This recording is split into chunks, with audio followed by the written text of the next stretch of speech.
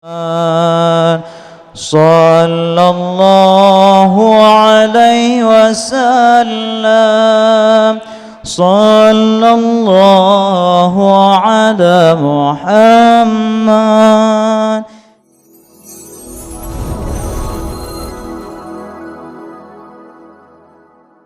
Assalamualaikum warahmatullahi wabarakatuh.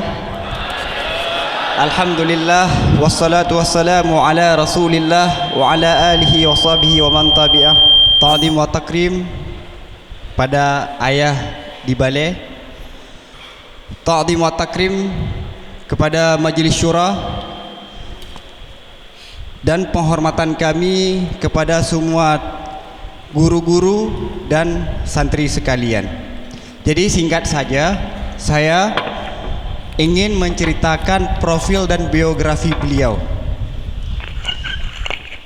Di kesempatan ini saya ingin menyebutkan perjalanan belajar beliau, guru-guru beliau, karya beliau, tulisan beliau, begitu juga murid beliau. Yang pertama, Syekh Mustafa Abdun Nabi. Beliau adalah seorang faqih dalam mazhab Syafi'i. Beliau sangat berpegang teguh dengan mazhab. Dalam akidah beliau Asy'ari. Sering dalam tulisannya beliau mengkritisi liberal, sekuler, begitu juga Wahabi. Dalam tasawuf beliau bertarikah Asyazuli. Syekh Mustafa Abdun Nabi di masa belajarnya sudah menghafal matan Minhajut Talibin. 8 bulan beliau menghatamkan hafalan Minhajut Talibin. Begitu juga beliau menghafal matan Bahjah Wardiyah 5000 bait lebih. Itu dalam fikih. Dalam hadis, Syekh Mustafa Abdun Nabi sudah menghafal matan Sahih Bukhari dan Sahih Muslim. Dan dalam mazhabul yang lain seperti mazhab Hambali, mazhab Hanafi dan mazhab Hanafi, beliau juga menghafal setiap kitab yang penting di mazhab itu. Kemudian Syekh Mustafa Abdun Nabi aktif di Darul Iftah beberapa tahun. Kemudian beliau keluar dari Darul Iftah, yang mana kegiatan beliau, keseharian beliau mengajar dan menulis. Antara lain tulisan beliau yang sudah diterbitkan adalah Syarah Yaqut Nafis. Jadi Yaqut Nafisnya adalah karya salah siro ulama Yaman, karya ulama Awai. Di Mesir tidak masyhur karya Yaqut Nafis. Yang masyhur Yaqut Nafis adalah di Yaman. Nah, beliau karena berguru kepada salah satu ulama Yaman, yaitu Syekh Salim Khatib, beliau memberi syarah terhadap Yaqut Nafis dengan nama Mu'nisud Jalis, sehingga sekarang Yaqut Nafis tersebut dengan syarah beliau adalah salah satu kitab yang tersebar luas di Mesir, 2 jilid. Kemudian antara lain karyanya adalah Hasyiah Suja'i yang sedang kita pelajari sama-sama berserta guru Muhammad Ali. Dan antara lain syarah beliau adalah Syarah Inas wal Musamarah. Itu adalah kitab yang menjelaskan tentang cara berdebat, etika berdebat, dan sudah dipelajari kemarin 4 hari di Mahat Mudi Mesra Samalanga. Dan beliau juga mempunyai syarah terhadap Risalah Adudiyah dalam ilmu wada', ilmu yang sangat penting dalam ilmu lagawiyah. Dalam usul fikih, beliau sudah selesai menulis penjelasan terhadap matan Minhajul Usul lil Imam Baitawi. Cuma beliau belum menyerahkan kepada penerbit. Dan beliau juga menyebutkan beliau sudah memberi syarah terhadap Mukhtasar Muntaha. Mukhtasar Muntaha maklum bagi kita pelajar pecinta usul fikih adalah kitab yang paling sulit, dan perjalanan akhir dalam usul fikih adalah Mukhtasar Muntaha. Beliau sudah memberi syarah namun belum beliau sempurnakan. Begitu juga beliau mempunyai syarah terhadap matan Minhajut Talibin. Beliau sudah mempunyai syarah terhadap Minhajut Talibin namun belum sempurna yang beliau syarah. Insyaallah dalam 1 ataupun 2 tahun ini insyaallah akan diterbitkan. Dan sebagaimana yang ma'ruf, kelas 5 dan kelas 6 kita mempelajari kitab Mahali ataupun bahasa lain Kanzur Ragibin. Dan Syekh sudah mempunyai hasyiah terhadap Kanzur Ragibin namun belum sempurna. Insyaallah kata beliau dalam beberapa tahun ke depan akan diterbitkan. Itu antara lain karya beliau dalam fikih, dalam usul fikih, dalam mantik juga beliau punya hasyiah. Ma'ruf bak getanyo na matan Isa Guji. dengan syarah Syekh Zakaria Al-Ansari yang berjudul Al-Matla' ataupun Al-Matli. Beliau sudah mempunyai hasyiah juga dan sudah diterbitkan hasyiah ala Isa Guji. Kemudian yang kalau belum sempatkan menyampaikan adalah guru-guru beliau. Jadi beliau bukanlah ulama yang malim dengan kitab mentang. Beliau mempunyai guru-guru besar baik di Mesir dan di Yaman dan di tempat yang lain. Antara lain guru beliau yang paling masyhur adalah Syekh Mustafa Umran dalam ilmu aqliyah. Jadi Syekh Mustafa Umranyan adalah ulama besar di Mesir, sehingga tidak ada satupun ulama yang alim dalam ilmu aqliyah kecuali murid Syekh Mustafa Umran. Dan Syekh Mustafa adalah salah satu murid Syekh Mustafa Umran. Antara lain dan guru beliau dalam ilmu aqliyah adalah Syekh Abdul Aziz Syaifun Nasar. Beliau membaca Syarah Syamsiyah dan beberapa kitab yang lain pada Syekh Abdul Aziz Syaifun Nasar. Dalam fikih, beliau belajar kepada Syekh Syafi'iyah, maha guru Syafi'i di Mesir. Bahkan Syekh Syafi'iyah, Syekh Abdul Aziz Syahawi adalah salah satu ulama yang tertinggi sanad di dunia dalam fikih Syafi'i. Beliau belajar fikih kepada Syekh Abdul Aziz Syahawi. Antara lain guru beliau Syekh Salim Khatib Al-Yamani, beliau juga belajar fikih kepada beliau. Kemudian Syekh Mustafa juga belajar fikih kepada Syekh Imad Afad Al-Syahid yang meninggal karena ditembak waktu revolusi di Mesir. Itu antara lain guru-guru beliau. Adapun murid beliau adalah salah satu syekh yang mempunyai banyak muridnya, baik Mesir, India, Yaman dan Suriah dan beberapa negara yang lain, khususnya Indonesia. Sebagian murid beliau ada yang sudah menulis karya ilmiah dalam fikih Syafi'i, begitu juga aktif menulis dan begitu juga aktif mengajar di beberapa tempat di Mesir.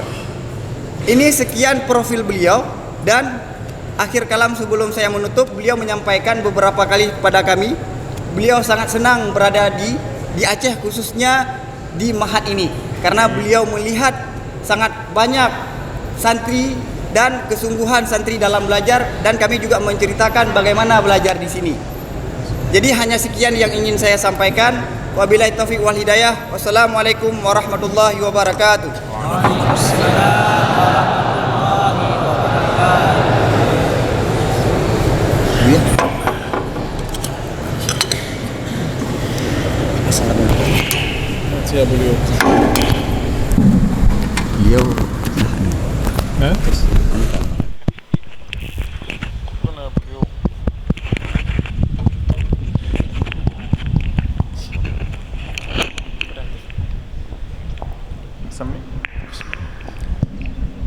بسم الله الرحمن الرحيم. الحمد لله والصلاة والسلام على سيدنا رسول الله وعلى آله وصحبه أجمعين. ما بعد، السادة المشايخ، مدير المعهد، والسادة الأفاضل، رئيس المعهد، والسادة المشايخ الأساتذة، وسائر العاملين في المعهد، والطلاب الحاضرون وغير الحاضرين، السلام عليكم ورحمة الله وبركاته.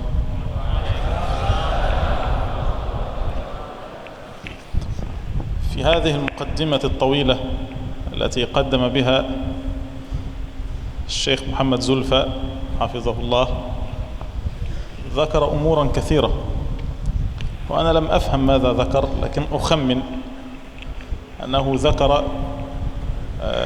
الأشياء التي أحفظها، والحمد لله رب العالمين. قد يسمع السامع هذه الأشياء من يحفظ منهاج الطالبين، ومن يحفظ متن البهجة الوردية، وهو متن في الفقه الشافعي عدد أبياته 5000 بيت و250 بيتا، يعني 5 ألفيات وربع. قد يظن أن هذا الشيء كثير، والحق أن ما ذكره محمد زلفى هو بعض محفوظ الفقير. فقد يحفظ أحدنا ولا يعجز أحدنا أن يحفظ متنا بل ألفية في كل فن، أن يحفظ ألفية في النحو، وألفية في الصرف كألفية النيساري، نظم الشافية وهي أوسع كتاب في الصرف، وألفية في البلاغة مثل عقود الجمال التي هي نظم لكتاب التلخيص، تلخيص المفتاح القزويني، وهو أوسع متن في علم البلاغة. وأن يحفظ ألفية في المنطق، وأن يحفظ ألفية في مصطلح الحديث كألفية العراقي أو ألفية السيوطي، وأن يحفظ ألفية في التفسير، وأن يحفظ ألفية في اللغة كنظم فصيح ثعلب لابن المرحل المالقي، وكثير. لا يعجز أحدنا أن يحفظ هذه الألفيات كلها ويزيد عليها. Bismillahirrahmanirrahim. Alhamdulillahirabbil alamin. Pertama, Syekhuna Mustafa Abdul Nabi menyampaikan rasa penghormatan kepada Ayah Cetrung dan kepada para mudir, para asatiz, para rais, para ustaz juga, seluruh para tengku, dan termulia juga kepada sekalian santriwan baik yang hadir maupun yang menyaksikan melewati media sosial. Beliau mengucapkan Assalamualaikum warahmatullahi wabarakatuh. Beliau menyampaikan tadi dalam mukadimah, Syekh Zulfa di samping kita telah menyampaikan sedikit tentang profil tentang saya, dan saya tidak tahu apa yang disampaikan oleh Syekh Zulfa ini, ya kan? Apakah dia berbohong tentang saya atau tidak, saya tidak tahu, kata beliau. Ya kan? Beliau menyampaikan, Syekh Zulfa tadi saya dengar dia menyampaikan sedikit tentang hafalan saya. Betul. Di antara yang saya hafal, kata beliau, adalah matan Minhajul Talibin karangan Imam Nawawi, dan juga yang kedua adalah matan Al-Bahjah Al-Wardiyah, salah satu matan berbentuk nazam, ya kan? Itu sekitar 5.250 bait, dan beliau alhamdulillah telah menghafal. Kemudian juga di antara hafalan beliau yang lain adalah alfiyah yang masyhur, alfiyah yang masyhur. Kemudian beliau menyampaikan banyak juga di antara teman-teman saya atau di antara kita juga itu menghafal kitab-kitab alfiyah yang lain, dan ini seyogyanya mesti dihafal oleh setiap talib ilmu. Setiap talib ilmu mesti menghafal alfiyah. Di antaranya adalah beliau sebutkan alfiyah dalam hadis, ya kan, alfiyah al-Iraqi umpamanya, alfiyah dalam nahwu, kemudian juga ada matan syafiyah, termasuk matan sorof yang tertinggi dalam pembelajaran. Begitu juga umpamanya uqudul juman dalam matan balaghah, termasuk matan atau nazam yang paling luas, yang paling lengkap. Kemudian begitu juga alfiyah dalam mantik, alfiyah dalam ilmu-ilmu yang lain. 6.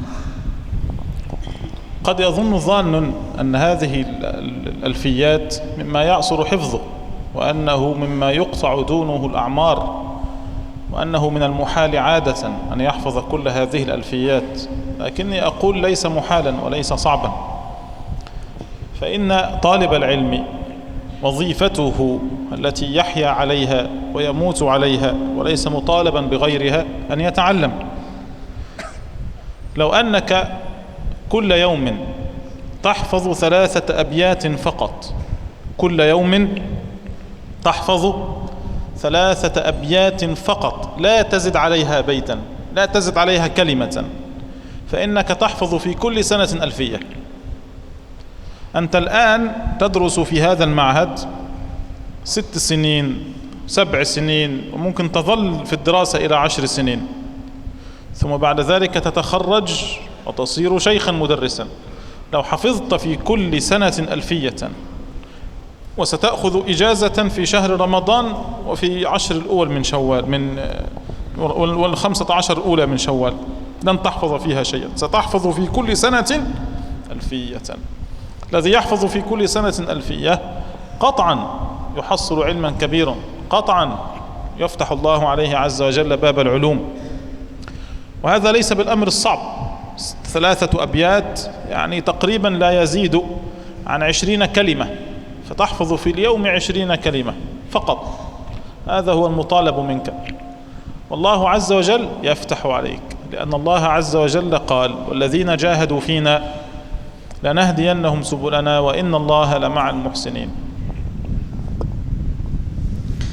Kemudian banyak yang mengira, kata beliau, bahwa alfiyah yang kita sebutkan tadi itu sulit dihafal, atau ada yang mengatakan mustahil bahwa seorang murid akan menghafal semua alfiyah ini, kata beliau.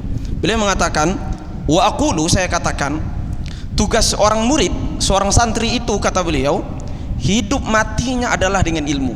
Dia mesti menanamkan dalam dirinya hidup dan matinya adalah untuk ilmu. Oleh karena itu hidupnya harus untuk menghafal. Beliau mengatakan, andai setiap kalian menghafal perharinya 3 bait saja daripada alfiyah tertentu, maka akan dipastikan 1 tahun kalian akan menghafal 1 alfiyah.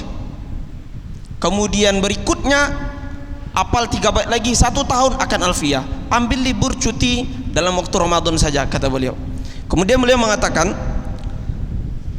kalian sekalian mungkin berada di pondok ini sekitar 6 tahun atau 7 tahun atau 10 tahun.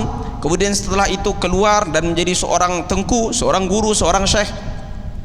Maka kalau seandainya kalian memiliki pegangan hafalan yang kuat, maka agama akan kokoh dengan kalian, kata beliau. Kemudian selanjutnya beliau mengatakan, orang-orang yang bersungguh-sungguh di jalan Allah, beliau mengutip firman Allah Ta'ala, walladzina jahadu fina lanahdiyannahum subulana wa innallaha lama'al muhsinin. Orang-orang yang bersungguh-sungguh di jalan kami, pasti akan kami berikan kepada dia jalan, atau akan memudahkan kepada dia jalan-jalan kami, dan Allah itu bersama orang-orang yang berlaku baik. عقدت دورة في مصر حتى نحفظ الصحيحين، صحيح البخاري وصحيح مسلم، في شهرين فقط. هذه الدورة كان يلتحق بها من أراد، ولا نشترط شروطا إلا أن يكون الملتحق حافظا للقرآن. فكان ممن التحق شخص أعرفه أنا. هذا الشخص في أول يوم في الدورة كان مطالبا منا أن نحفظ كل يوم 8 ورقات، وكنا نستيقظ من قبل صلاة الفجر، نصلي قيام الليل، ثم نبدأ في الحفظ إلى صلاة الفجر، ثم نصلي الفجر، ثم نبدأ في الحفظ بعد الصلاة إلى الساعة 10، ثم نتناول الإفطار، ثم نكمل الحفظ، وهكذا إلى الليل. فصاحبنا هذا في أول يوم كان مطالب أنه يحفظ كم ورقة في اليوم؟ نحن كنا مطالبين أن نحفظ في اليوم 20 ورقة. كنا مطالبين أن نحفظ في اليوم 20 ورقة. صاحبنا حفظ في أول يوم 8 ورقات ولم يستطع أن يزد عليها كلمة، وكان حفظه لهذه 8 حفظا مزعزعا مكسرا، لا يسمى حفظا، يقول كلمة ويخطئ في كلمتين. في اليوم الثاني صاحبنا هذا حفظ تقريبا 6 ورقات، قل. في اليوم الثالث رجع إلى 8 ورقات. في اليوم الرابع زاد وصار إلى 10 ورقات. في اليوم السابع بعد أن تم أسبوع فتح الله عليه وأتم 20 ورقة كلها 20. ثم بعد ذلك في الأسبوع الذي يليه كان صاحبنا هذا ينتهي من حفظ 20 ورقة المكلف بها قبل صلاة الظهر. في أول الأمر كان يحفظ من طلوع الشمس إلى العشاء، ولا يستطيع 5 ورقات 6 ورقات 8 ورقات بالأكثر. ثم بعد ذلك فتح الله عليه فصار يحفظ 20 ورقة من طلوع الشمس إلى الساعة 10 11 قبل الظهر. في آخر الدورة كان يوجد عندنا ناس يحفظون في اليوم 100 ورقة، 100 ورقة في يوم واحد، ويحفظه حفظا جيدا لا يسقط منه حرفا، مع أنه جاء في أول الأمر ضعيف لم يكن يحفظ شيئا. هذا مصداق قول الله عز وجل والذين جاهدوا فينا لنهدينهم سبلنا. Kemudian beliau mengatakan atau menceritakan tentang kisah beliau. Dahulu pernah diadakan semacam daurah menghafal kitab Sahih Bukhari dan Sahih Muslim, Sahihan, di antara yang ikut saya dan beberapa teman saya, kata beliau. Kemudian beliau menceritakan ada seorang teman kami, kemudian teman ini agak lambat dalam menghafal. Waktu menghafal kami itu dari semenjak fajar sampai malam, dan target hafalan per hari itu wajib 20 lembar. Ini target wajib bagi setiap peserta daurah. Sahabat kami ini atau teman kami ini, kata beliau, ya kan, di antara yang lambat hafalannya. Orang semua hafal 20 lembar, dia hafal paling banyak itu 6 atau 5 lembar. 5 5 atau 6, dan itu pun hafalannya adalah muza'za, yaitu tidak kuat, ya kan? Ingat depan, lupa yang belakangnya, ya kan? Ingat yang belakangnya, lupa yang depannya, seperti itu. Masih tidak kuat, tapi dia tetap mencoba untuk menghafal. Hari kedua dia menghafal lagi, dan ternyata hafalnya kurang. Yang dia dapat hanya 6 lembar. Hari pertama 8 lembar, hari kedua 6 lembar, hari ketiga dia juga begitu, hanya dapat 6 lembar. Kemudian dia terus mencoba dan terus mencoba. Pada hari ketujuh dia sempat dan bisa menghafal 20 lembar per hari. Kemudian di hari terakhir, coba bayangkan, dia bisa menghafal 100 lembar dalam satu hari. Ini yang beliau ceritakan. Kemudian beliau katakan, ada juga bersama kami itu orang-orang yang menghafal seperti itu. Satu hari dia menghafal 1 lembar ini. Ini orang yang awalnya lemah, tapi karena dia bersungguh-sungguh berjihad dalam menghafal, Allah bukakan bagi dia futuh, kemudian mampu menghafal dengan mudah. Maka inilah makna dari ayat yang kita baca tadi. Walladzina jahadu fina lanahdiyannahum subulana. جاءني طالب من بريطانيا اسمه آدم. هذا الطالب لما جاء إلى مصر كان لا يعرف العربية أصلا، وكان معه القاموس الترجمة، فكان يقول بيت، سيارة، جدار فقط، لا يعرف إلا هذا، ولا يستطيع أن يقول جملة عربية واحدة. آدم هذا في 1.5 سنة أو 2 على الأكثر، لا أذكر جيدا، حفظ القرآن كله، وحفظ القراءات 10، وحفظ متن الشاطبية في القراءات 7، ومتن الدرة في القراءات 3، وصار متقنا للغة العربية. كان يتكلم معنا كأنه عربي خالص، بل صار يتقن العربية أحسن من العرب. العرب إذا تكلموا بالفصحى يلحنون ويخطئون، وآدم كان لا يلحن، يتكلم 1000 كلمة ولا يخطئ. والذين جاهدوا فينا lanahdiyannahum subulana. Kemudian beliau juga menceritakan ada seorang talib, seorang murid itu datang dari Britania kepada beliau, ya kan? Dari negeri Eropa datang kepada beliau. Tidak bisa, lidahnya tidak bisa mengucapkan Arab. Jangankan berbahasa Arab, mengucapkan bahasa Arab aja sulit. Dia selalu memegang kamus di tangannya, ya kan? Umpamanya ini bait, ini rumah, ini sesuatu dengan kamus. Coba bayangkan, kata beliau, dalam kurun waktu 2,5 tahun atau 3 tahun, saya lupa, kata beliau, Adam ini atau murid yang datang dari Britania ini, dia telah hafal Al-Quran, dia hafal matan syatibiyah, matan durrah, hafal dan memiliki sanad dalam qiraat asyrah, dan bahkan memuskinkan bahasa Arab, dan lebih muskin daripada orang Arab sendiri. Jadi kalau seandainya kita cerita dengan Adam ini, ya kan, seolah-olah kita melihat dia adalah dia orang Arab. Bahkan orang Arab sendiri itu memiliki kesalahan dalam ucapan, sedangkan dia tidak memiliki ucapan dalam berbicara. Inilah makna daripada firman Allah Taala tadi, walladzina jahadu fina lanahdiyannahum subulana. سيدنا الإمام النووي رضي الله عنه وأرضاه ونفعنا به في الدارين آمين، كان يحضر في اليوم 12 درسا.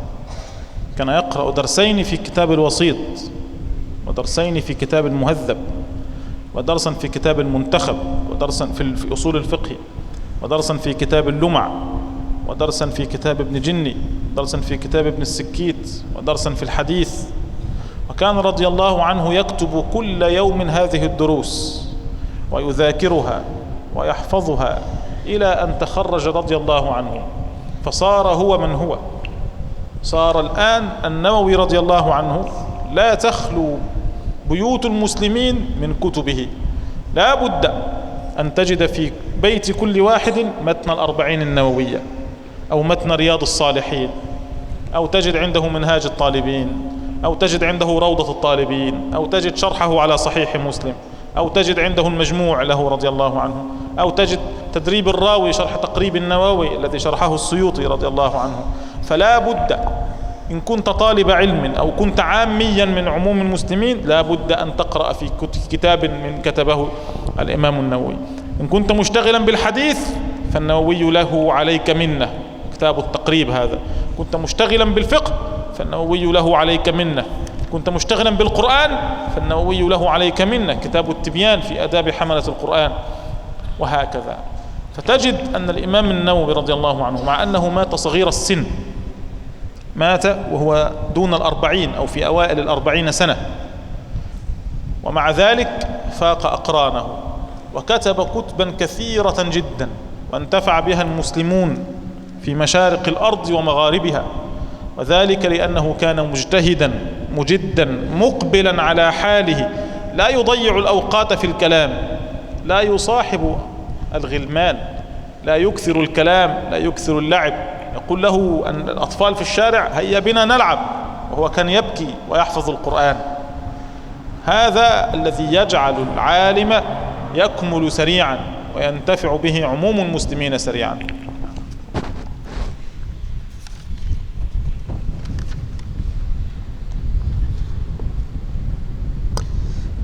Syekhuna Mustafa Abdul Nabi menceritakan Imam kita, Imam Nawawi radhiyallahu taala anhu ardahu, dan semoga Allah memberikan manfaat ilmunya kepada kita sekalian, amin Allahumma amin. Beliau menceritakan Imam Nawawi kesungguhannya dalam belajar, per hari beliau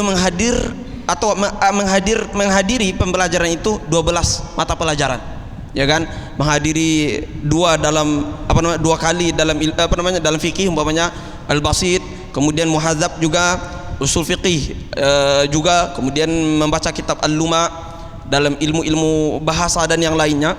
12 ilmu sehari yang beliau pelajari. Kemudian beliau mengatakan, dengan kesungguhan ini Imam Nawawi kita kenal sekarang, ya kan. Siapa itu Imam Nawawi? Tidak ada yang tidak kenal Imam Nawawi. Bahkan di setiap rumah, kalau kita pergi ke setiap rumah, pasti kita akan menemukan di antara kitab Imam Nawawi ada di sana, ya kan. Baik itu orang awam maupun adalah talib ilmu, pasti kita menemukan umpamanya Arba'in An-Nawawiyah atau Riyadhus Shalihin atau Al-Majmu'nya atau syarahnya terhadap Sahih Muslim, atau umpamanya kitabnya adalah Rawdatul Talibin dan yang lainnya. Maka beliau katakan seorang talib ilmu yang mempelajari ilmu hadis umpamanya, dia akan butuh kepada kitab Tadrib Imam Nawawi umpamanya. Seorang yang pelajar fikih, dia akan butuh kepada Majmu', Minhaj dan Rawdatun Imam Nawawi. Seorang yang belajar Al-Quran, dia butuh umpamanya kepada At-Tibyan dan yang lainnya. Maka Imam Nawawi adalah model dalam bersungguh-sungguh dalam menuntut ilmu. Oleh karena itu kata beliau, Imam Nawawi wafat dalam usia 40 tahunan, sekitar 44 tahun, ya kan. Tapi ilmunya telah melebihi usianya, bahkan telah melebihi orang-orang di sekitarnya. Dan inilah yang harus kita contoh daripada beliau. Kenapa demikian? Beliau ini termasuk orang-orang yang tidak suka membuang waktu, ya kan, dan tidak suka bermain-main dengan orang-orang sekitarnya. Ketika anak-anak di jalan mengajak dia bermain, beliau sampai menangis untuk menolak tidak bermain bersama mereka dan pergi membaca Al-Quran dan mengulang pembelajarannya. Ini kesungguhan yang harus kita tiru daripada Imam Nawawi. Allah Azza wa Jalla yaqul kuntum khayra ummatin ukhrijat lin-nasi ta'muruna bil ma'ruf wa tanhauna 'anil munkari.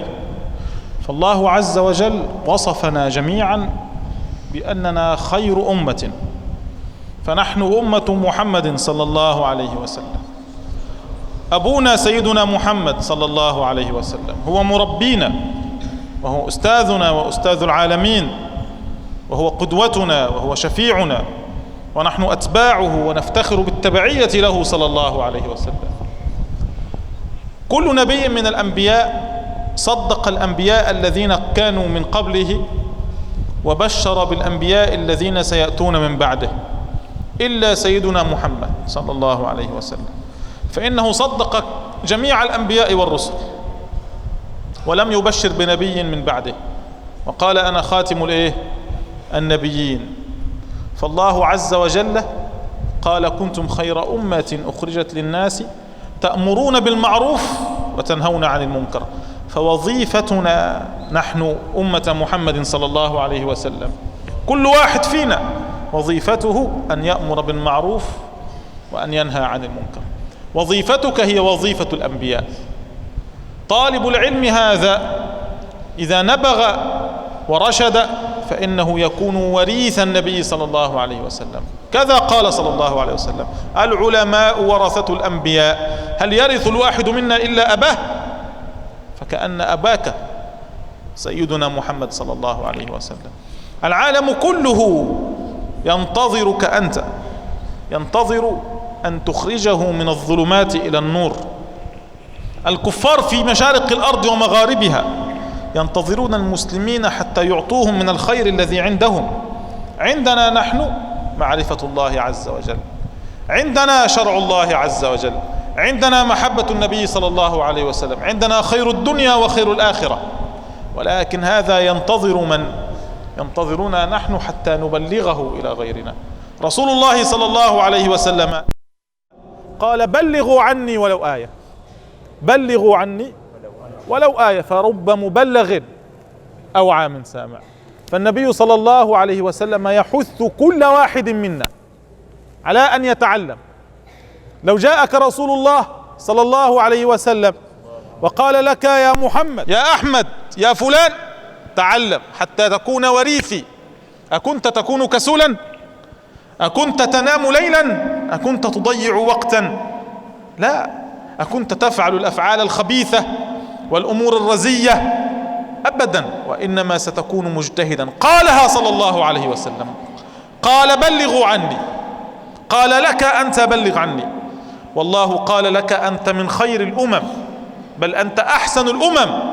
والله اصطفاك عن سائر الأمم السابقة لتكون تبعا للنبي صلى الله عليه وسلم. فالواجب عليك أنت أن تكون مستعدا لهذه المهمة، أن تكون رجلا، أن تكون أهلا لأن تحمل الرسالة عن النبي صلى الله عليه وسلم، وأن تبلغها لسائر الأمم في شتى مشارق الأرض ومغاربها.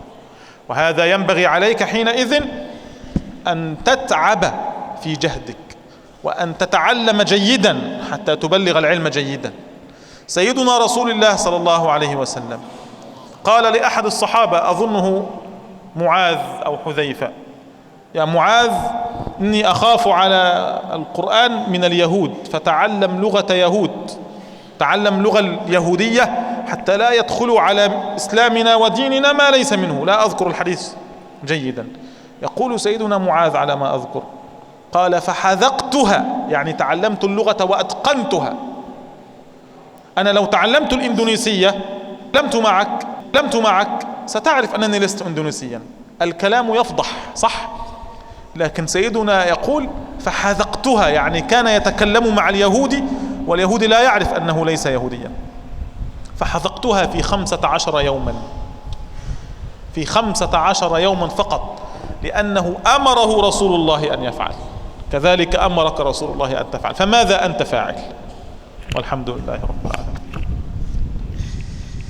Allah subhanahu wa ta'ala berfirman dalam Al-Quran, kuntum khairu ummatin ukhrijat linnas ta'muruna bil ma'ruf wa tanhauna 'anil munkar. Kamu adalah umat terbaik yang dikeluarkan untuk manusia sekalian. Kamu memerintahkan kepada yang ma'ruf dan melarang daripada yang munkar. Allah subhanahu wa ta'ala, kata beliau, memberikan sifat kepada kita sebagai khairu ummah, sebagai umat yang terbaik. Kemudian kita mengatakan bahwa Rasulullah SAW adalah bapak kita, beliau adalah ikutan kita, dan kita adalah pengikut beliau. Beliau menceritakan bahwa setiap para nabi ketika mereka hidup, mereka akan memberikan kabar gembira bahwa akan datang nabi setelahnya. Itu pasti, di setiap nabi mereka akan memberitakan akan ada nabi setelah saya, akan ada nabi setelah saya. Kecuali Nabi Muhammad SAW, beliau tidak memberitahukan, tetapi beliau diberitahukan. Semua para nabi memberitakan tentang akan kehadiran seorang Rasul namanya Muhammad, tapi Muhammad atau Rasulullah SAW, beliau tidak memberitahu akan ada yang terakhir. Karena beliau mengatakan, ana khatimun nabi, saya adalah pengakhir dari para nabi. Oleh karena itu kita dimuliakan oleh Allah Subhanahu wa ta'ala sebagai umat seorang nabi akhir zaman, sebagai umat oleh nabi yang dimuliakan dan dikabar gembirakan oleh para nabi sebelumnya. Maka wazifah kita, kata beliau, tugas kita sebagai seorang thalib ilmu adalah amar ma'ruf dan nahi munkar. Kemudian beliau menceritakan bahwa para nabi tugas mereka adalah amar ma'ruf nahi munkar. Kalau seandainya kita adalah pewaris para nabi, maka tugas kita juga amar ma'ruf nahi munkar. Karena itu kita ini adalah pewaris dari Rasulullah. Pewaris dari apa? Pewaris untuk ilmu juga. Makanya Rasulullah mengatakan al-ulama warasatul anbiya. Para ulama itu adalah pewaris para nabi. Maka Rasulullah itu dibilang adalah bapak ilmu kita, ya kan? Karena beliau mewariskan ilmu kepada kita. Maka tugas kita adalah menjaga untuk ini. Beliau mengatakan, santri sekalian, di luar sana alam ini sedang menunggu kalian, ya kan? Orang-orang kafir di Masyrik dan Maghrib, di Eropa, di timur dan barat sedang menunggu kita, ya kan? Dalam mencerahkan mereka. Karena kita bangga kita dengan Rasulullah, kita bangga kita ada Allah, kita mendapatkan kebaikan dunia dan akhirat. Maka mereka menunggu, atau alam semesta sedang menunggu ilmu yang sedang kita tuntut, kata beliau, ya kan? Makanya Rasulullah mengatakan, ballighu anni walau ayah, sampaikanlah apa yang dapat daripada saya walaupun satu ayat. Farubba muballighin au amin sami'in, karena orang yang mendengarkan terkadang, ya kan, lebih mantap dalam menerima daripada orang yang langsung mendengar, seperti itu. Kemudian beliau mengatakan, andai sekarang Rasulullah itu datang kepada kita, kemudian menyuruh kita untuk belajar, wahai fulan, wahai Muhammad, wahai Ahmad, belajarlah, apakah kita akan malas untuk belajar? Atau apakah kita tetap dalam keadaan kita seperti ini, tidak mau menghafal, tidak mau untuk bersungguh-sungguh dalam menuntut ilmu, kata beliau. Maka beliau tetap mengulangi firman Allah, sabda Nabi SAW, ballighu anni walau ayah. Maka beliau katakan, jadilah engkau seorang laki-laki, bersiaplah untuk menerima wasiat dari Rasulullah SAW. Beliau menceritakan ada seorang sahabat, beliau agak lupa, ya kan, hadisnya ini, entah Hudzaifah atau siapa, Zaid bin Thabit. Zaid bin Thabit. Beliau mengatakan kepada Zaid bin Thabit, wahai Zaid, saya ini khawatir kepada orang Yahudi, mereka akan menghancurkan kita dengan tipu daya mereka. Pelajari bahasa mereka. Maka Zaid bin Thabit mempelajari bahasa orang Yahudi dalam 15 hari, dan bahkan memiskinkan bahasa beliau. Faqad hadzaqtuha. Hadzaq itu sangat miskin, bahkan orang Yahudi ketika berbicara dengan Zaid bin Thabit mengira beliau adalah orang Yahudi juga. Seperti itu. Kenapa Zaid bin Thabit ini yang beliau ambil hikmahnya? Kenapa Zaid bin Thabit sampai menghafal dan kuat hafalnya begitu? Karena yang memerintahkan adalah Rasulullah SAW. Maka kita ini semua adalah wasiat dan diperintahkan oleh Rasulullah untuk belajar. Apakah kita tetap untuk bermalas-malas, kata beliau? Kemudian terakhir, kalau seandainya ada daripada santri sekalian, daripada asati sekalian untuk bertanya, kita buka persoalan kepada santri sekalian, silahkan.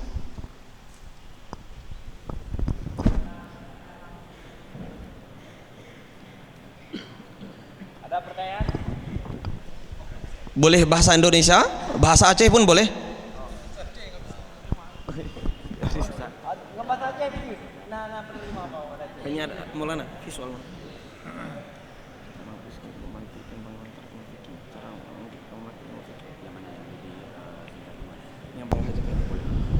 Soal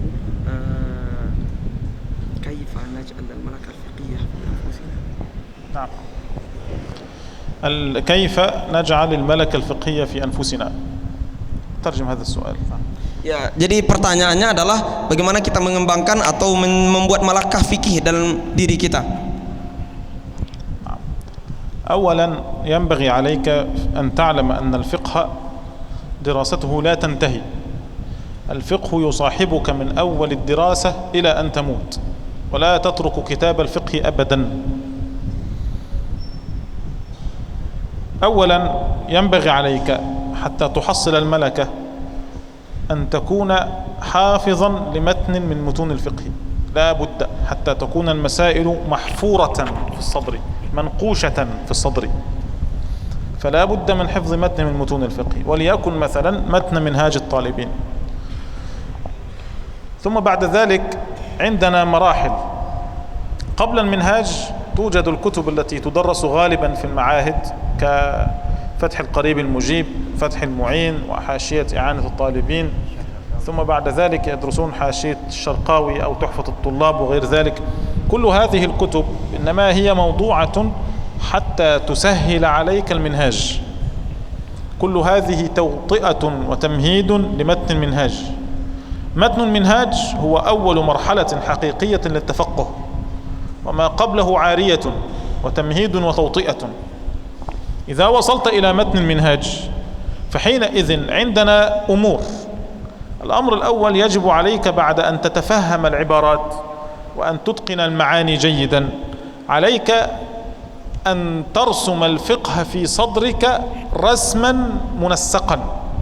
كيف ذلك؟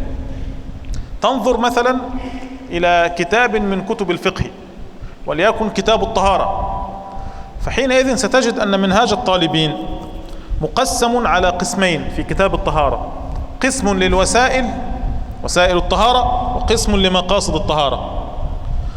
الوسائل ستجد أنه الماء والاستنجاء والتراب والأواني. ثم بعد ذلك المقاصد: الوضوء والغسل وإزالة النجاسة والتيمم. فتجد أنه قسم الكتاب إلى بابين رئيسين، ثم كل باب قسمه إلى 4 فصول، ثم يذكر المسائل على ترتيب محكم وبديع. كذلك لو نظرنا إلى كتاب الحج سنجد أن كتاب الحج كله قسمه إلى 3 عناصر رئيسة. الأول المقدمات، ويذكر فيها أحكام الحج، متى يكون واجبا وما هي شروط الوجوب، ومتى يكون مندوبا ومتى يكون مباحا ومتى يكره ومتى يحرم. ثم بعد ذلك يذكر أحكام المواقيت، لأن هذه هي المقدمات قبل الدخول في النسك. فالمواقيت زمانية ومكانية، والزمانية للعمرة وللحج، والمكانية إما أن تكون من نفس مكة، وإما أن تكون خارج مكة. وخارج مكة إما أن يكون بين مكة والميقات، وإما أن يكون بعد الميقات، وإما أن يكون آفاقيا بعيد عن الميقات، ولكل حكمه. ثم بعد ذلك تجد أن الكتاب يتكلم عن المقاصد الحج. فأول مقاصد الحج الإحرام، فيتكلم عن الإحرام وكيفيته وأنواع الإحرام، أنك إما أن تحرم بالإفراد أو التمتع أو القران أو النسك مطلقا. ثم بعد ذلك يتكلم عن دخول الحرم، يسن أن تدخل حافيا وأن تفعل كذا وكذا وكذا. ثم في أحكام دخول مكة، ثم أحكام دخول المسجد الحرام. فإذا دخلت فصل في الطواف، إذا انتهيت من الطواف فصل في السعي بين الصفا والمروة، إذا انتهيت من السعي فصل في الوقوف بعرفات، إذا انتهيت من الوقوف فصل في المبيت بمزدلفة، ثم فصل في أعمال اليوم العاشر: رمي جمرة العقبة، وأعمال النحر والحلق وطواف الإفاضة، ثم فصل في المبيت بالمزدلفة ورمي الجمرات ال3. ثم بعد ذلك يبين لك ما هو الواجب وما هو الركن وما هو المندوب. وبذلك تتم مقاصد الحج على ترتيب الأفعال التي تفعلها. ثم عندنا القواطع، النهايات، الخواتيم، فيذكر فيها محرمات الإحرام. إذا أحرمت ما الذي يجب عليك؟ ويقسمها لك 8 أشياء: لبس، واللبس في الرأس أو في الوجه أو في الكفين أو في البدن، فيحرم على الرجل ستر رأسه، وعلى المرأة ستر وجهها وكفيها بالقفاز، ويحرم على الرجل ستر بدنه بالمحيط. ثم التطيب، ثم الإتلاف، والإتلاف قد يكون للشعر أو الظفر أو للشجر أو للحشيش. ثم ما يتعلق بالنساء: عقد النكاح والاستمتاع والمباشرة والجماع. ثم بعد ذلك يذكر لك ما يترتب على ارتكاب محظورات الإحرام: دماء الحج، ويقسمها إلى 4 أقسام: دم ترتيب وتعديل، دم تقدير وتعديل، دم تخيير وترتيب، إلى آخره. ثم بعد ذلك يذكر لك أحكام الإحصار. أنت تريد الحج وأحرمت ولم تستطع دخول مكة، فأنت محصر عن دخول المسجد الحرام. أو دخلت مكة وأحصرت عن الوقوف بعرفات، أو وقفت بعرفات وأحصرت عن المبيت بالميناء، فماذا تفعل؟ والإحصار قد يكون بالسلطان، وقد يكون بالدائن، وقد يكون الزوج لزوجته، والسيد لعبده، والأب لابنه. وذكر الإمام كل هذه الأبواب على هذا الترتيب: مقدمات، مقاصد، مقاطع. فلا بد أنت أن ترسم الفقه هكذا في رأسك عن طريق متن منهاج الطالبين. ثم بعد ذلك يبقى عندنا أول التفهم، يبقى أولا حفظ العبارات، تفهم العبارات، ترتيب المسائل على أمور كلية تتفرع عنها أجزاء وجزئيات، ثم بعد ذلك معرفة المظان، البحث عن المسائل في الكتب الكبار. أصل منهاج الطالبين المحرر، فتقرأ المسألة وجوبا من كتاب المحرر، ثم ترجع إلى أصل المحرر أو كتاب الرافعي رضي الله عنه الشرح الكبير الإمام الرافعي، وتقرأ ثم تقرأ مختصره الروضة، روضة الطالبين، ثم بعد ذلك تنظر في الكتب التي أخذ منها الرافعي كتابه، نهاية المطلب لإمام الحرمين، كتب الغزالي كلها، البسيط والوسيط والوجيز والخلاصة، تنظر في تتمة الإبانة للمتولي، تنظر في الشامل لابن الصباغ، تنظر في التهذيب للبغوي، تنظر في البيان للعمراني. إذا نظرت في هذه الكتب كلها مع الشرح الكبير والروضة والمحرر فهمت المنهاج حق الفهم. ثم بعد ذلك ارجع لحواشي المتأخرين كحاشية عبد الحميد الشرواني وحاشية الجمل وحاشية البجيرمي وهكذا، فحينئذ تكون قد أتقنت فروع المذهب الشافعي من خلال منهاج الطالبين. بعد هذه المرحلة وجب عليك أن تطالع كتب الفتاوى، كتب انتهيت من كتاب الحج بهذه الطريقة التي وصفناها، اقرأ فتاوى الحج من فتاوى الشافعية كلها، فتقرأ فتاوى القفال باب الحج منها، فتاوى القاضي حسين، فتاوى البغوي، فتاوى الغزالي، فتاوى ابن الصلاح، فتاوى النووي، فتاوى ابن الفركاح، فتاوى الأذرعي، فتاوى العراقي، فتاوى البارزي وهكذا، وفتاوى ابن حجر طبعا الفتاوى المكية الكبرى، وفتاوى الرملي، وفتاوى السبكي. كل ما تقف عليه من كتب الفتاوى تقرأ منه، وهذا الكتاب الذي قرأته من منهاج الطالبين. بذلك تتم لك أول خطوة في الملكة الفقهية. إن استمررت على هذا تمت ملكتك مع السنين من غير أن تشعر، وصرت فقيه النفس. يعني إيه فقيه النفس؟ يعني تتكلم في المسألة الحادثة كما تتكلم في المسألة المحفوظة المكتوبة في الكتب، لا فرق عندك. مثل المشي، تمشي ولا تتعب ولا تنظر إلى قدمك، كذلك النظر في الفقه، ولو مسألة واقعة نازلة جديدة تجدها كأنها عندك مذكورة مسطورة في الكتب. والله أعلم.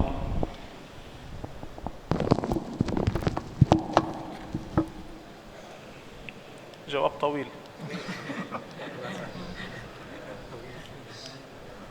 ربنا يعينك.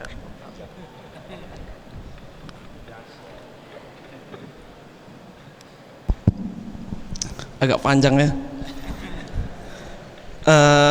Pertanyaan tadi adalah bagaimana cara kita melatih atau menanamkan melakah fiqhiyah dalam diri kita. Beliau menjawab, pertama kata beliau bahwa fikih ini bukan ilmu yang mudah, dan fikih ini bukan ilmu yang kita pelajari dalam setahun, 2 tahun, 3 tahun, tapi ilmu fikih ini adalah ilmu kehidupan. Maka dia dipelajari semenjak kita mulai mengetahuinya sampai mati, kata beliau. Kemudian beliau menyebutkan apa saja langkah-langkah kita untuk menanamkan melakah fikih dalam diri kita. Ada beberapa langkah yang beliau sebutkan. Yang pertama, wajib bagi setiap orang yang ingin menanamkan melakah fikih dalam dirinya menghafal satu matan dari matan fikih. Contohnya kata beliau adalah matan Minhaj At-Talibin karangan Imam Nawawi rahimahullahu taala. Sebelum untuk memasuki matan Minhaj At-Talibin ini, ya kan, seorang talibul ilmi tentu akan melewati beberapa marhalah, beberapa tahap dan fase sehingga dia bisa mempelajari dan masuk ke dalam Minhaj At-Talibin. Apa saja yang dia pelajari seperti dalam pondok-pondok kita, ya kan? Pertama dia mempelajari Fathul Qarib, umpamanya Fathul Mu'in, kemudian I'anatul Talibin, Hasyiah Syarqawi dan yang lainnya. Ini yang pertama. Beliau mengatakan marhalah yang kita baca ini, Minhaj Fathul Mu'in, Fathul Qarib, ini belum dianggap seorang itu mengetahui fikih. Ini baru semacam muqaddimah, tauti'ah untuk memasuki fase fikih. Karena mempelajari fase fikih untuk mazhab Syafi'i dimulai daripada Minhajut Thalibin. Setelah kita mulai mempelajari Minhajut Thalibin, disinilah bidayah permulaan kita memasuki mazhab Syafi'i itu, kata beliau. Maka ketika sudah memasuki Minhajut Thalibin, beliau sebutkan beberapa langkah-langkah lagi untuk mempelajari Minhajut Thalibin. Apa saja langkahnya? Yang pertama, kata beliau, wajib bagi kita menanamkan dalam diri kita atau menghafal rasam secara sempurna terhadap fikih itu. Apa? Contohnya ketika kita akan mempelajari bab taharah, maka dibuat semacam ranji sehingga tertanam dalam diri kita, dalam otak kita dengan pemahaman yang sempurna. Umpamanya bab taharah. Taharah ini dibagi menjadi dua, maqasid dengan wasail, ya kan? Wasail taharah dengan maqasid taharah. Apa saja wasail taharah?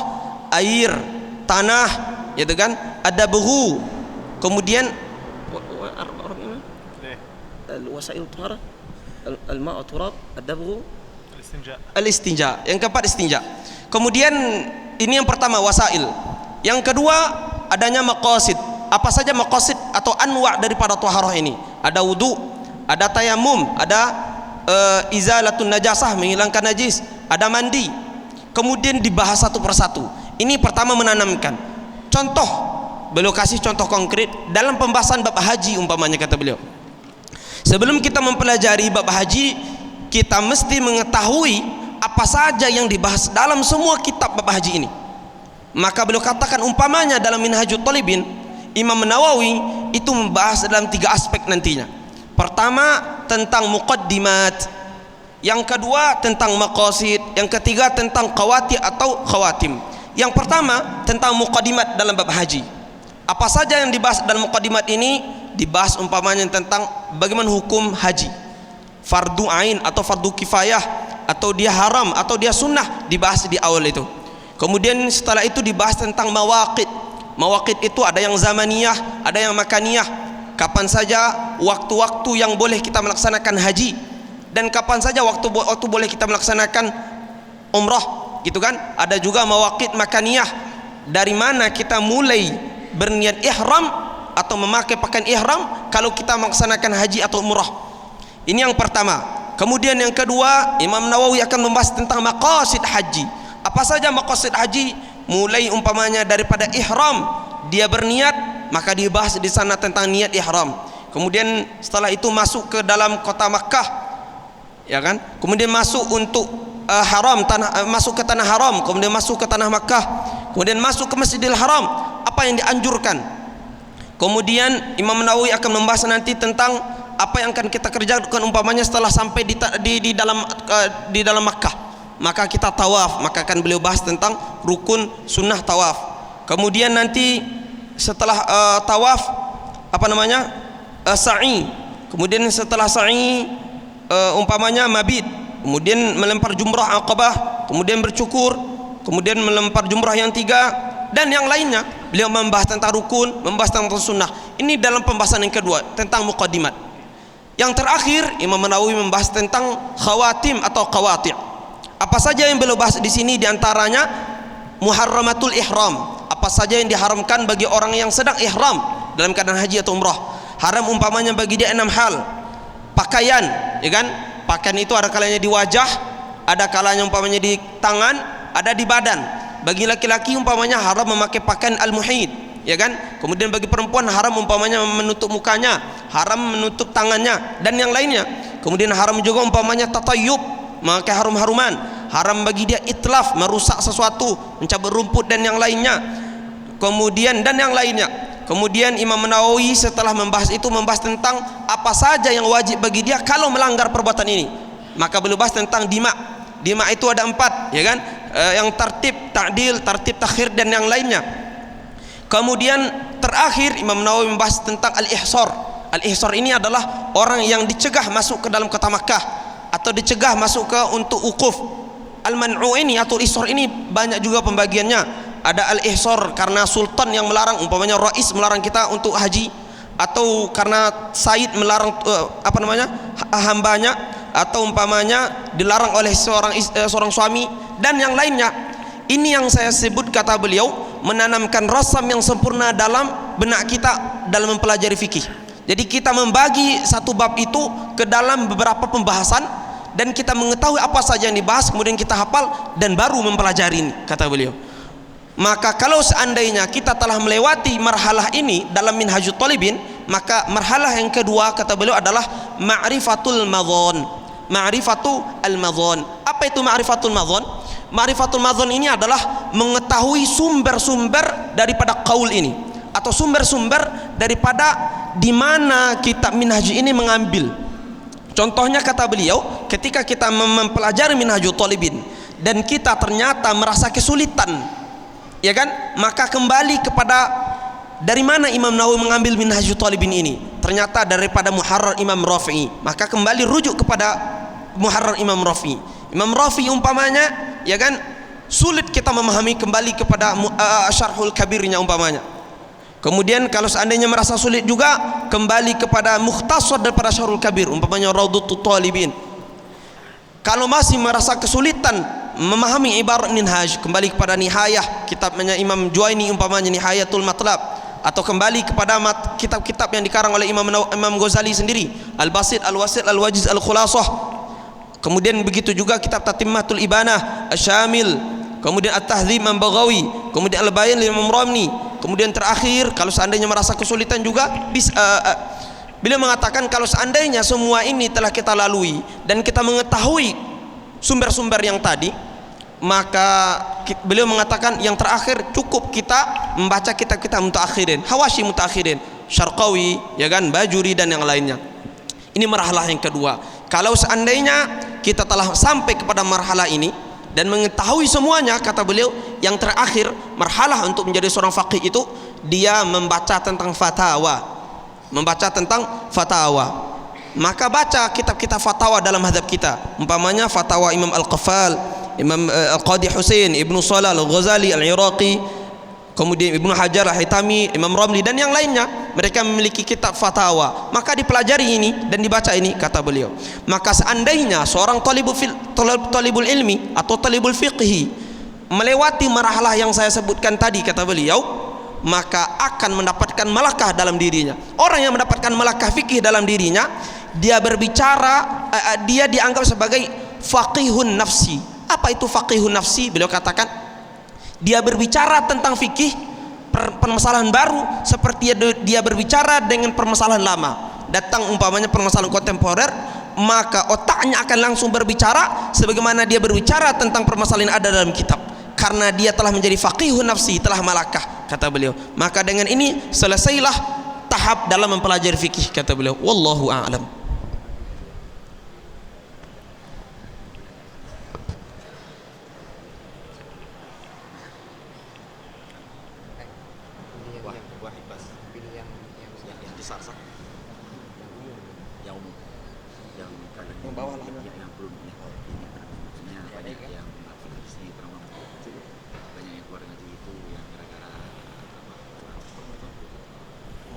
كيف نصبر في طلب العلم خصوصا مثلا في ابتلاء عن المال وعن المرأة.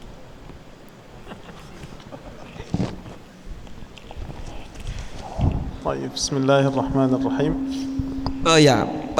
Pertanyaannya adalah, Syekh, bagaimana cara sabar dalam menghadapi cobaan ketika menuntut ilmu, khususnya masalah harta dan wanita? ونيتا يعني امرأة؟ أيوة. حلوة الونيتا؟ باقوس ونيتا صح؟ باختصار. طيب. الإمام النووي رضي الله عنه لما سألوه لماذا لم تتزوج يا إمام وليس في الإسلام رهبانية، فقال نسيت، لو ذكرتموني لفعلت.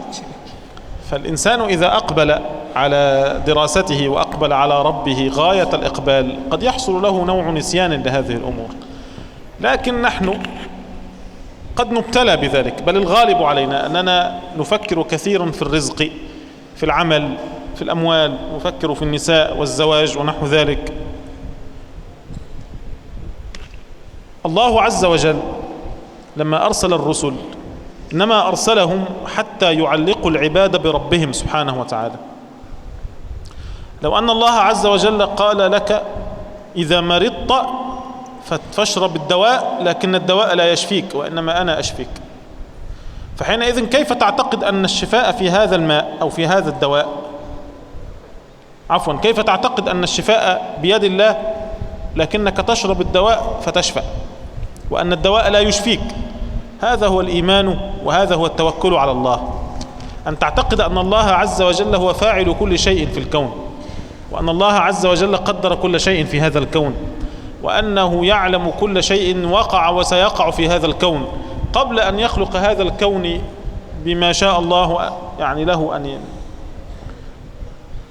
فكل شيء مكتوب وكل شيء مقدر. الله عز وجل فرغ من تقادير الخلائق قبل خلقهم، فرزقك سيطاردك، يعني أنت لو حاولت أن تفر من رزقك سيجري خلفك ويصلك. إذا حاولت أن تتملص وتهرب من نفسك الذي ستأخذه رغما عنك. في أيام الكورونا التي سبقت هذه كنا نجلس مع بعضنا ويوجد معنا مصاب بالكورونا،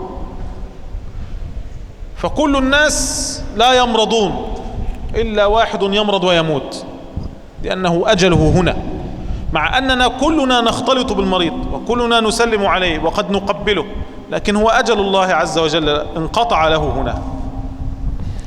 فالرزق مكتوب قبل أن توجد.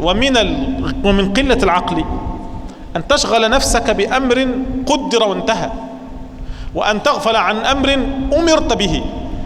الله عز وجل أمرك بالعبادة والطاعة والعلم ولكن قال لك أنا كفيل لك برزقك، فحينئذ مهما تفعل لن تزيد رزقك إلا أن يزيده الله، مهما تفعل لن تنقص رزقك إلا أن ينقصه الله. فحينئذ الواجب عليك كلما عن لك هذا الخاطر أن تصرفه بلا حول ولا قوة إلا بالله، وأن تفكر أن الله عز وجل هو الخالق الرازق المدبر الذي كتب كل شيء.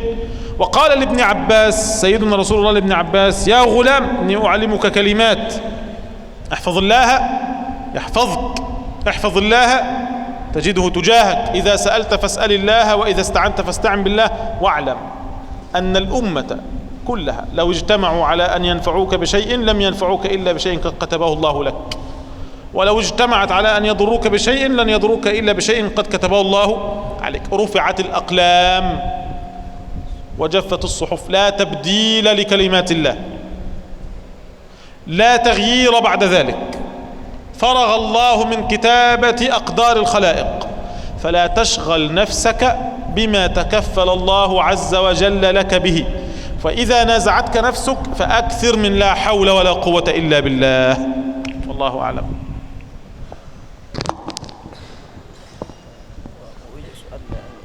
مصطفى عبد النبي حاضر، طب جاوب.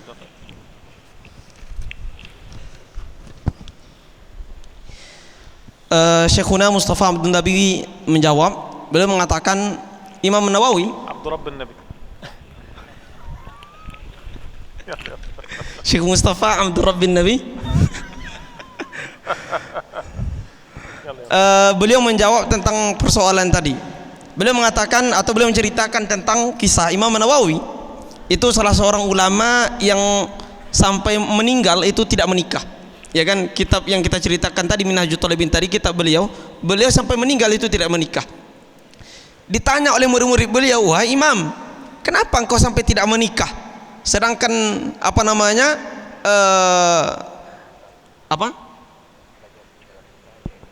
sedangkan sunnah dari Rasulullah SAW itu adalah wajib adanya sunnah menikah. Kenapa kau tidak menikah?" Apa kata beliau? "Saya lupa atau tidak ada yang mengingatkan saya," kata beliau. Apa pelajaran yang dapat kita ambil dari sini? Beliau mengatakan adalah seorang thalibul ilmi ketika dia menyibukkan diri terhadap wazifah dia. Apa wazifah thalibul ilmi? Sungguh-sungguh dalam belajar, ya kan? Sungguh-sungguh dalam menghafal. Maka dia tidak akan ingat sesuatu yang akan mengganggunya, kata beliau. Ini yang pertama. Kemudian yang kedua, beliau mengatakan ibaratkan orang yang sakit, kata beliau. Ketika kita sakit, apa yang Allah perintahkan? Allah perintahkan kita umpamanya untuk berobat. Maka ketika kita minum obat, ya kan, apa yang kita yakini ketika itu? Apakah obat ini yang menyembuhkan atau Allah yang menyembuhkan? Maka Allah yang menyembuhkan, ya kan? Begitu yakin kita umpamanya Allah menyembuhkan, maka begitu juga ibarat rizki dan jodoh dan yang lainnya. Beliau mengatakan segala sesuatu itu maktubun, telah ditulis oleh Allah dan telah ditentukan oleh Allah Subhanahu wa taala, dan rizkimu akan mengikutimu. Andai kita tuh tahu ada rizki umpamanya, ini rizki si fulan ada dekat dia sekarang, lalu kita berlari kencang umpamanya, maka rizki itu akan mengikuti kita kemanapun kita pergi. Semua telah ditentukan, jangan risau dan jangan takut, kata beliau. Kemudian beliau mengatakan di antara bentuk kebodohan seorang thalib ilmi adalah dia menyia-nyiakan sesuatu yang dituntut daripadanya dan sibuk terhadap sesuatu yang telah dijamin.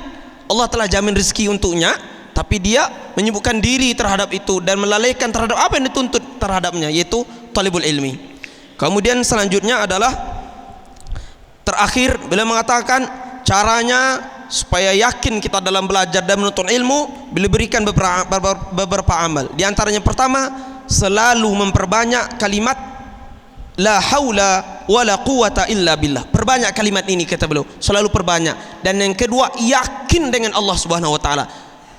Ya kan? Apa kata Rasulullah SAW kepada salah seorang sahabatnya? Ilal Mu'adz mana? Sayyidina Abdullah bin Abbas. Kepada Sayyidina Abdullah bin Abbas. Ihfazillah yahfazka. Jagalah Allah, maka Allah akan menjagamu. Dalam riwayat lain, maka Allah akan berada di depanmu. Ya kan? Maka beliau mengatakan, Rasulullah mengatakan, andai semua umat ini berkumpul, kemudian mereka bersepakat untuk memberikan mudarat kepadamu, maka yakinlah maka mereka tidak akan bisa memberikan mudarat kecuali sesuatu yang Allah tentukan, sesuatu yang telah Allah tetapkan. Seandainya mereka berkumpul bersama untuk memberikan manfaat kepadamu, maka mereka tidak akan mampu memberikan manfaat kecuali sesuatu yang telah Allah tetapkan. Maka takdir itu telah selesai, ya kan? Pena Allah itu telah kering, seperti itu. Maka beliau mengatakan untuk talibul ilmi memperbanyak kalimat la haula wala quwata illa billah, dan yang kedua meyakinkan dalam diri kita bahwa semuanya telah dijamin oleh Allah Subhanahu wa taala. Abdul Nabi sah? Terakhir Abdul Nabinya. Oh ya. Terakhir Maulana ada beliau menyebutkan tentang Mustafa Abdul Nabi. حاضر. طيب. اختلف علماء الشافعية في حكم التسمي بعبد النبي وعبد الرسول. فذهب ابن حجر رحمه الله إلى أنه يحرم ذلك، وذهب الإمام الرملي إلى أنه يكره ذلك. فالمسألة فيها خلاف عند العلماء، وهذا في حكم التسمي ابتداء، يعني أنا أسمي ابني عبد النبي أو عبد الرسول. الذي ذهب إلى الإباحة إلى الجواز مع الكراهة قوله وجيه للغاية، لأن النبي صلى الله عليه وسلم كان يقول مفاخرا أنا النبي لا كذب، أنا ابن عبد المطلب. فلو كان هذا محرما لما فعله رسول الله صلى الله عليه وسلم ولما قاله. كذلك فإن كلمة عبد تأتي في اللغة بمعنى الخادم، فقولنا عبد النبي يعني خادم النبي صلى الله عليه وسلم. ولو سلمنا أن هذا محرم فهذا يكون محرما أن تسمي ولدك به. أما إذا كان هذا اسم أبيك أو اسم جدك فإنه لا يجب عليك تغييره، كما أن النبي صلى الله عليه وسلم لم يغير اسم جده عبد المطلب. لذلك لما كان الصحابة يأتون للنبي صلى الله عليه وسلم وما اسمه عبد العزة فكان يغير اسم الشخص، لكن لا يغير اسم أبيه ولا اسم جده، فالتغيير يكون للحاضر الآن ولا يكون لما سبق. والله أعلم. Kemudian ada banyak yang bertanya tentang nama beliau, kata beliau Mustafa Abdun Nabi. Abdun itu hamba, Nabi.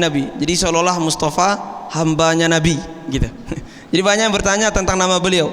Beliau mengatakan betul dalam mazhab kita sendiri itu ikhtilaf ulama tentang nama Abdun Nabi atau Abdur Rasul.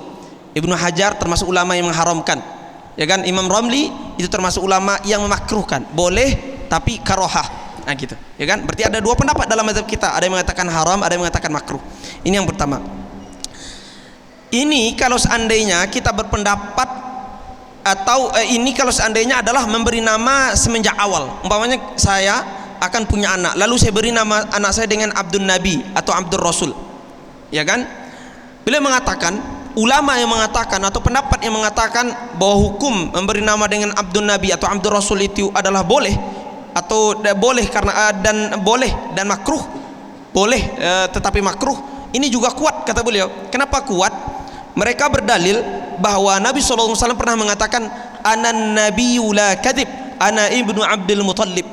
Saya seorang nabi, tidak ada bohong-bohongnya. Ana ibnu Abdul Muttalib. Saya adalah putra daripada Abdul Muttalib. Nah gitu, Abdul Muttalib, hamba si Muttalib. Nah gitu, ya kan? Ini juga perkataan daripada Nabi SAW. Seandainya ini haram, pasti Nabi tidak akan mengucapkan hal ini. Ini yang pertama. Yang kedua, dari sisi kata abdu itu maknanya tidak satu, maknanya banyak. Abdu itu juga datang dengan mana khadim. Abdun Nabi dengan mana khadim Nabi. Nah gitu, pelayan Nabi. Nah, ini jawaban yang kedua. Kemudian andai kata beliau kita terima bahwa hukumnya adalah haram, ya kan? Maka keharaman memberi nama Nabi itu adalah kalau kita yang memberi. Contoh, saya akan mendapatkan anak lalu saya beri nama Abdul Nabi. Tapi kalau kakek kita udah punya nama, atau umpamanya ayah kita udah punya nama, maka tidak bisa dirubah. Bagaimana cara merubah? Mereka udah meninggal umpamanya. Maka Abdul Nabi itu bukan nama beliau, nama kakek beliau. Jadi nama beliau adalah Mustafa bin Ahmad bin Abdul Nabi. Orang Arab itu seperti itu. Mereka beri nama itu pakai nama kakek-kakeknya gitu. Mustafa Abdul Nabi, Mustafa bin Ahmad bin Abdul Nabi. Jadi Abdul Nabi itu nama kakek beliau. Tidak bisa juga dirubah kata beliau. Kemudian selanjutnya dalilnya adalah ketika datang umpamanya orang-orang kepada Nabi SAW, kemudian ditanya oleh Nabi, siapa nama kamu? Nama saya Abdul Uzza. Maka Nabi suruh robah namanya, karena dia bisa dirobah, karena dia ada. Tapi orang-orang yang kakeknya yang meninggal, bagaimana macam dirobahnya kata beliau. Ini keterangan beliau tentang Abdul Nabi. Wallahu a'lam.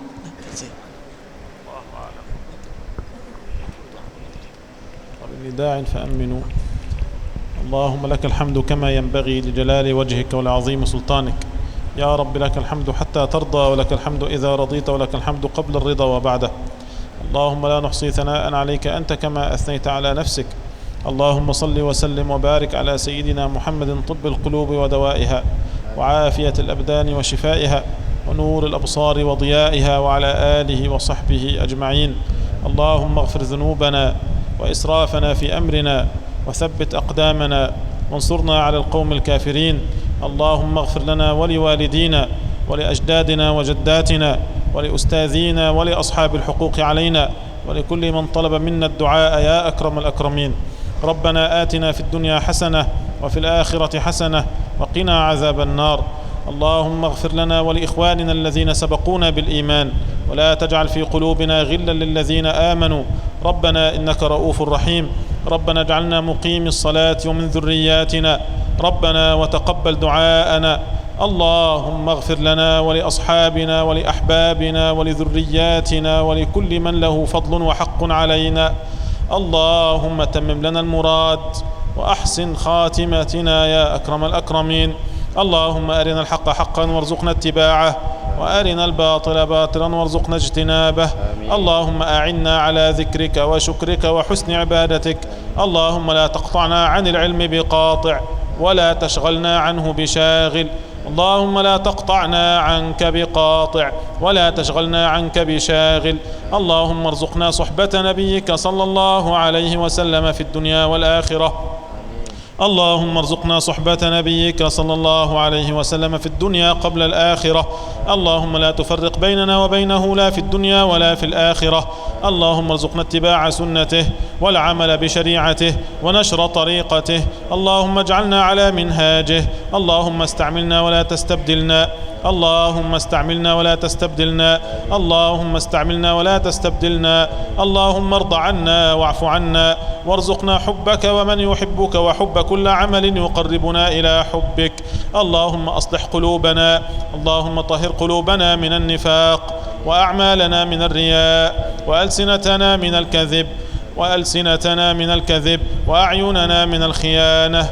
اللهم اجعل آخر كلامنا من الدنيا لا إله إلا الله. محمد رسول الله وصلى الله وسلم وبارك على سيدنا محمد وعلى آله وأصحابه أجمعين. الفاتحة.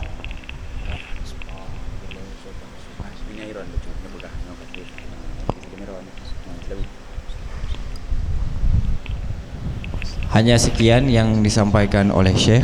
Semoga apa yang disampaikan bermanfaat untuk kita, menjadi pedoman dalam belajar dan menjadi semakin semangat dalam mempelajari ilmu-ilmu yang ada di daerah ini. Jadi wabillahi taufiq wal hidayah. Wassalamualaikum warahmatullahi wabarakatuh.